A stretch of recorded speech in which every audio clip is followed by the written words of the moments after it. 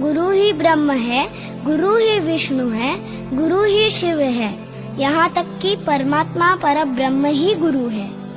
ऐसे मेरे महान गुरु को मेरा नमस्कार।